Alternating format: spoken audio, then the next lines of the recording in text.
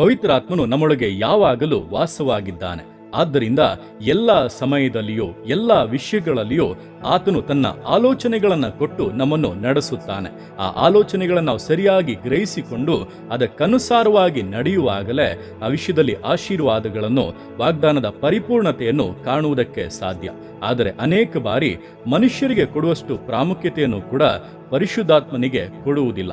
ಆತನ ಆಲೋಚನೆಗಳನ್ನು ಅಸಡ್ಡೆ ಮಾಡಿ ನಂತರ ಮಾಡೋಣ, ನಾಳೆ ಮಾಡೋಣ ಅಂದುಕೊಂಡು ಅದನ್ನು ಮರೆತು ಹೋಗುವಂಥವರೇ ಅನೇಕರು. ಅದರ ನಿಮಿತ್ತವಾಗಿಯೇ ಹೊಂದಬೇಕಾಗಿರುವಂಥ ಆಶೀರ್ವಾದಗಳು, ಹೊಂದಬೇಕಾಗಿರುವಂಥ ವಾಗ್ದಾನದ ಪರಿಪೂರ್ಣತೆಗಳು ತಡವಾಗುತ್ತಾ ಇರುವಂಥದ್ದು. ಈ ದಿವಸ ದೇವರ ಮುಂದೆ ಆ ತಪ್ಪನ್ನು ಒಪ್ಪಿಕೊಂಡು, ದೇವರೇ ನನ್ನನ್ನು ಕ್ಷಮಿಸಿರಿ, ಇನ್ನು ಮುಂದೆ ಪವಿತ್ರಾತ್ಮನ ಆಲೋಚನೆಗಳನ್ನು ಸಮರ್ಪಿಸುತ್ತೇನೆ, ವಿಧೇಯನಾಗುತ್ತೇನೆಂಬುದಾಗಿ ಒಪ್ಪಿಸಿ ಕೊಡುವುದಾದರೆ ಈ ದಿವಸ ಮೊದಲುಗೊಂಡು ನಿಮ್ಮ ಜೀವಿತವು ಬದಲಾಗುತ್ತದೆ. ದೇವರ ಆಶೀರ್ವಾದಗಳನ್ನು, ಮೇಲುಗಳನ್ನು ನಿಶ್ಚಯವಾಗಿ ಅನುಭವಿಸುತ್ತೀರಾ?